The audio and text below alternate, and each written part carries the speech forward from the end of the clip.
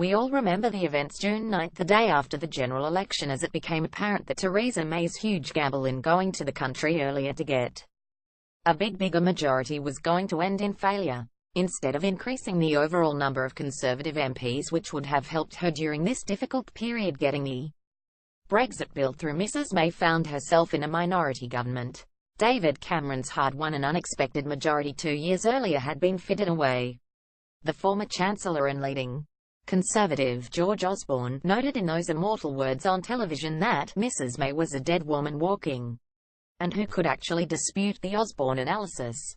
The Tories have a historical record of being absolutely ruthless with failed leaders, and the expectation was that she would be out.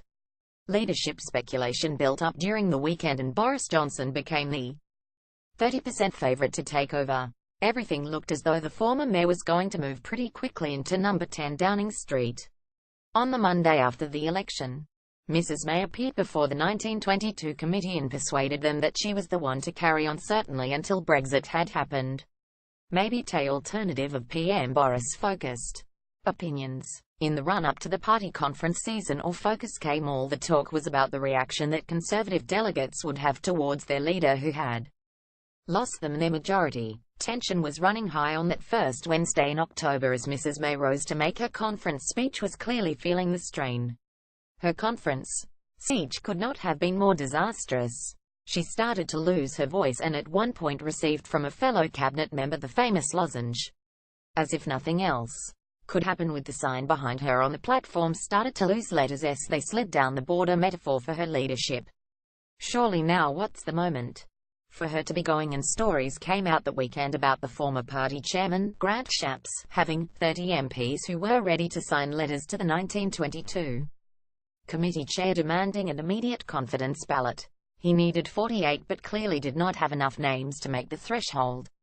People started to draw parallels between her position and that of Ian Duncan Smith in 2003, who had been ousted in such a confidence ballot within 4 weeks of receiving the longest ever conference standing ovation. Again, October and November came and went, and then we had the crucial talks in Brussels which were portrayed as her victory. Today's Times is reporting that her exit could now be put back to 2021. The emerging view comes as the Brexit Cabinet Subcommittee holds its first talks today on the sort of relationship Britain wants after leaving the EU. The Times understands that a number of cabinet ministers are lining up to agree to a gradual process of diverging from the EU after 2021, rejecting new EU legislation as it is proposed. One cabinet minister told The Times she's not one to up sticks and leave. I'm confident that she will go on long beyond when many people expect. There is no clean and simple moment when she will or can leave. I think the leadership contest will be pushed back and back. My guess is that if she gets to 2020, this will be like Gordon Brown in 2008-9. It was accepted by the party that he would be an electoral liability, but it was always felt that it was too close to the election to change leaders. Follow @Smithson tweet.